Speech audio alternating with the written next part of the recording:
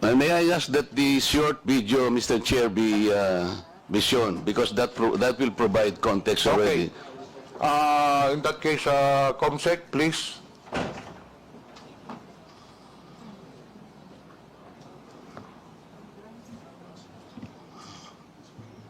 Ng Iglesia ni Manalo.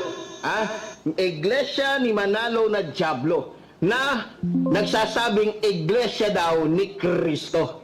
Itong si Marcoleta ay talagang demonyo din na katulad po ni Kibuloy. Paano ko nasabi? Mamaya po papaliwanag ko sa inyo kung gaano po kademonyo yung putang inang Marcoletang ito. Itong malaking matang itong diputang ito na masasabi mo talagang diablo rin katulad ni Kibulok. Mr. Chair, yung vlogger na yan, ang pangalan niya sa social media is Epifanio Labrador. Hindi ko po siya kilala. Narinig po ninyo kung murahin niya yung aking relihiyon na kinabibilangan. At pati po ako pinagmumura niya, tinawag po niya akong demonyo, lahat. Pero hindi po ako kumikibo. Ang sinasabi ko lang, kung tayo talaga ay i-address po natin ang mga ganitong klaseng paninira na mga narratives, ay siguro po pati itong mga ganitong klaseng tao ay may patawag din natin. Ako po, kahit na po ano pang sabihin nila, I will just stay as I am. As transparent and as accountable as I am.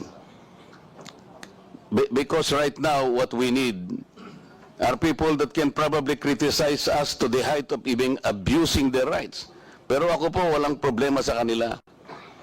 Ay darating din po ang panahon that these people will be rendered useless.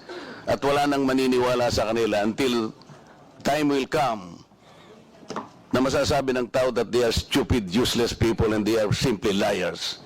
Tayo po, ang ating role lang basta ayusin lang po natin ang ating pagsisilbi. Kahit ano pong sabihin nila sa atin.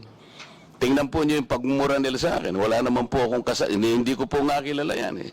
Kung murahin niya po ako, parang kayo po, narinig po ninyo lahat kung anong pinagsasabi niya. But people, I think, will not believe him. Dahil hindi po ako yun, yung sinasabihan niya. Maraming salamat po, Mr. Chair. That is precisely the objective of this hearing, Representative Marcoleta. So,